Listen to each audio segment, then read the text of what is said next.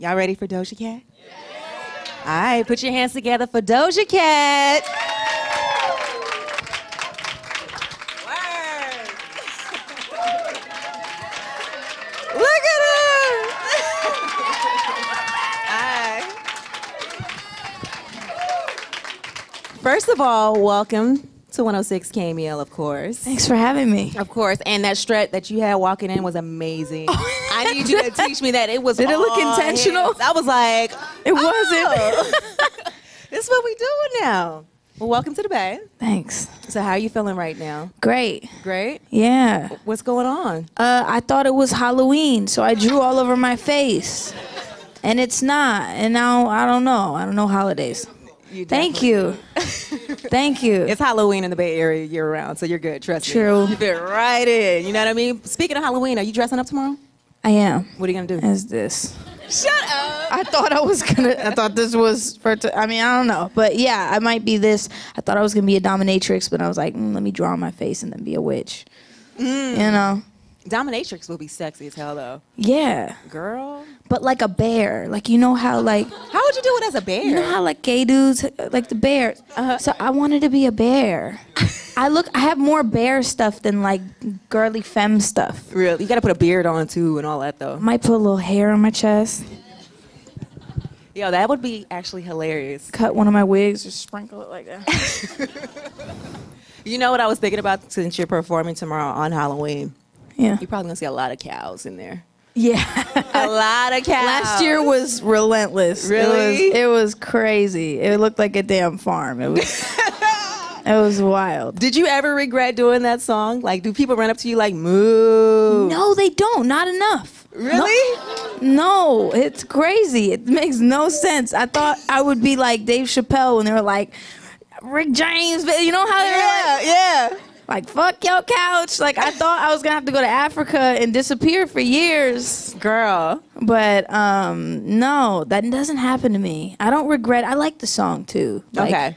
It's not like, and I've made a lot of songs that I don't like. This song, like, I perform it every show, and I like it. She's like, okay, because a lot of times people, like, one of their first records that go, like, prime example, YG, he hates Tooted and Booted. He hates performing it, but he has to perform it. You know what I mean? No So, shade, like, but I understand. But that's what I mean. Like, you know, your first record, that was a song. People were like, is she serious? Because people who may not have known you prior were like, bitch, I'm a cow. But the video was lit. Then you had all these different celebrities doing the video and dressing up as cows. Like, Black China killed it. Yeah. What was that? She was in a onesie. Yes. Killing it. And you know it's her. Her face was kind of covered, but you know it's her because that ass. You know? Was that a trip for you to see that viral moment and for everything to go crazy like that? Yeah. Yeah, it was really cool. I knew that China was, you know, messing with me before. Like, she liked me years before. And I was just like, okay, hey, again. And she popped up on Instagram. Seeing Chance say something was cool, too. J. Cole, that was really cool, too. But, yeah, it's surreal. It's really cool. You know what I also like just about you, just following you for the last year or so? You stay humble through this all. Do I? Yeah, I feel like you do, because you still jump on live, you still talk shit and do troll videos and stuff like that. You know what I mean? I kind of have to stop. My digital team was telling me to change my Twitter name. Really? Because it's fuck you, baby. Why? I don't know. Because I don't like to have my name as my Twitter name. You could put anything, dude. Yeah. Why would you put your name? You know what? Honestly, I feel like Twitter is still lit because there's no type of restrictions. I see all type of, like, sex videos and porn shit. It's bad on there. And, like, obviously you get banned and restricted on Instagram, so. Yeah, it's like hell without the suffering. It's, like, really a crazy place. Yeah. There's a lot of bad people on there, but then there's just, like, funny memes. Like, people, I feel like if there were no memes, then Twitter would not exist. Actually, you're absolutely right, because I think that's what brought me to Twitter the first time, was like all this funny shit going down. And I was like, the threads. What is this? Everything. So, since you are so active on social media, does it bother you when people say negative things? Because I can only imagine the hate. It, like, tickles me. If that makes any sense. Tickles you in a good way or a bad way? It tickles me, and it gives me an opportunity to be creative when I insult them back. Yes. So it's kind of fun. So you somebody will was clap like, back. Because they'll be like, Doja, don't feed into it. Don't let them tell you how to feel and do things. And I was like, dude, this is fun. This was like yesterday. I went off. I like had to post it to Twitter because I thought it was so good. Yeah, I'd be clapping back. So do you ever feel like I just clap back now, I feel guilty? Or like sometimes I'm like, oh, that's a little much. That seems like you were actually upset. Don't do that. I try to make myself seem less upset. Yeah, when I do it. Yeah. Like I have this thing that my boyfriend taught me. If somebody says something, I'll just be like, still beat.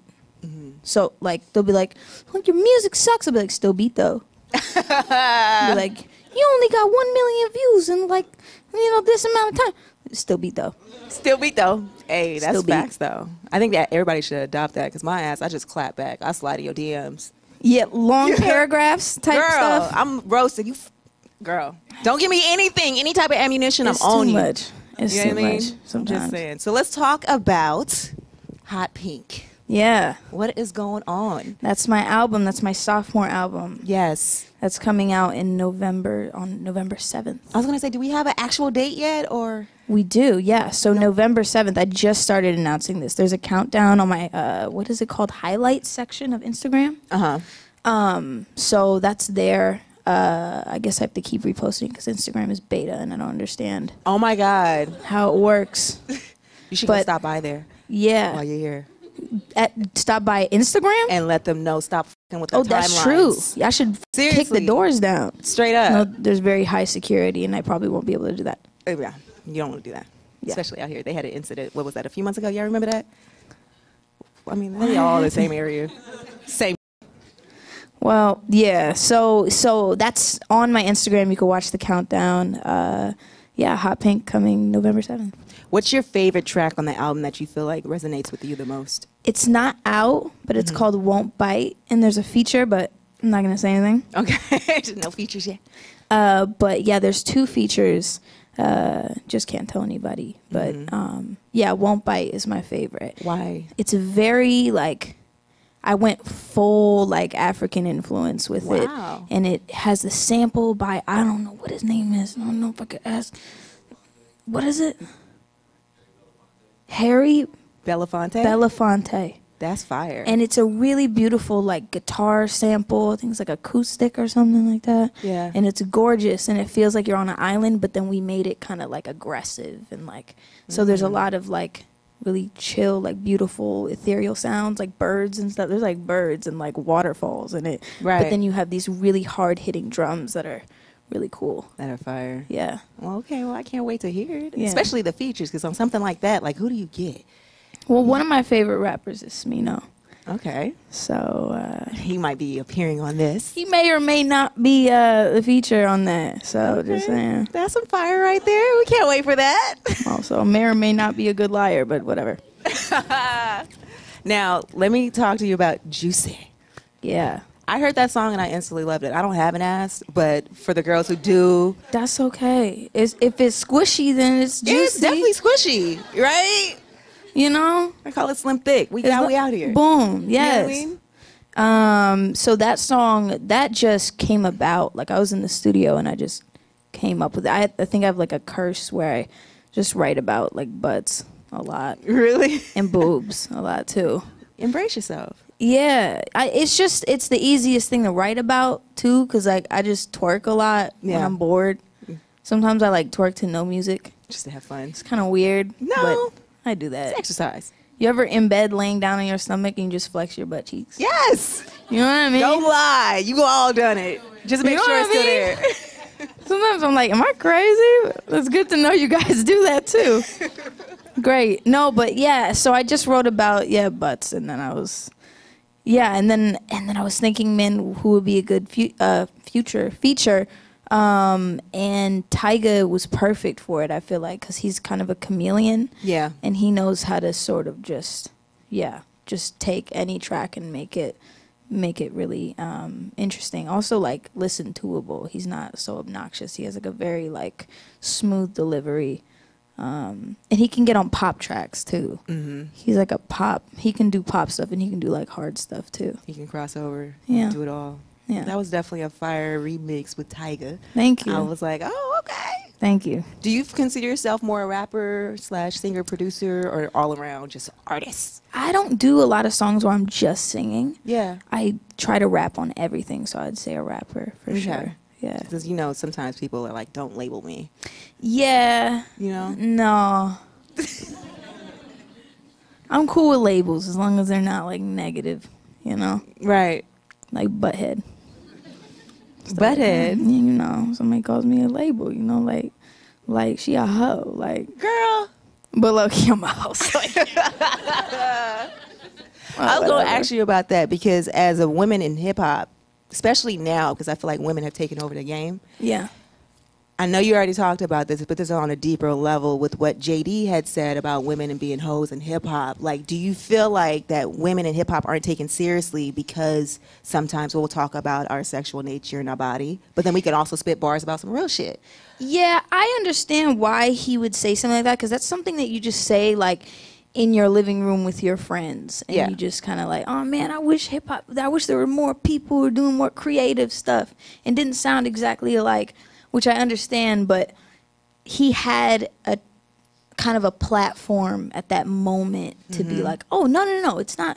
There's this girl and this woman and this woman and this one. You know what I mean? There's all these different who are great, but instead he kind of put more spotlight on what was not negative, but what he thought was negative. Right. And didn't really give any sort of shout out to the people who are doing it. Yeah. In an interesting way. It's interesting to me because I feel like people tend to do that when it comes to women versus with men. Like, automatically they'll go towards the negative versus with men, they're like, oh, he has bars and he spits, woo, woo. You know what I mean? Yeah. And I just feel like it's a subconscious thing that maybe you guys can think about. Yeah. You know what I mean? Yeah, it's a sport. Like, at the end of the day, that's what rap is, a sport. And sometimes people judge people by, like, how hard they rap. And I feel like you don't have to rap so hard all the time. But it's really cool when you do. If you're like a Tierra Whack, it's interesting, it's entertaining, it's like, it's something else. It's not just music that you could just put on in the background. It's like, I don't know. That's what I try to do half and half of a little bit sometimes. Right. I try to write pretty hard and do like funny stuff that people have to think about. Yeah. But then I also like music that you can listen to. Does it bother you when other artists may or may not write their lyrics? That's a good question.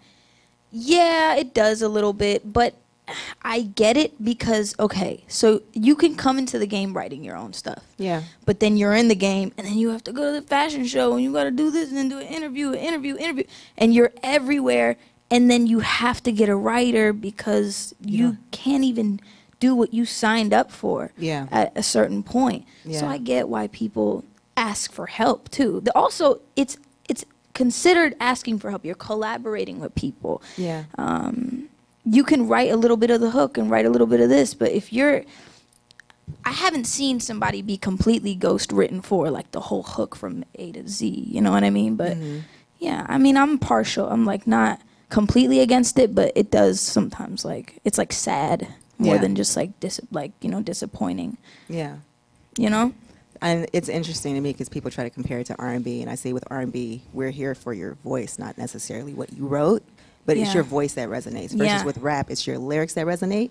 And if that isn't your lyrics, it makes it questionable. That's a huge point. Yeah, you know what I mean? Yeah. So anyway, you just dropped a new video about a week ago. Yes, I did. Well, let's look. Apparently, they like it. I'm so glad. Thank you, guys. Let's talk about that and how this came together. Yeah, I put Rules out on the 24th, and I'm super proud of it. Mostly because I wrote the whole treatment myself. Wow.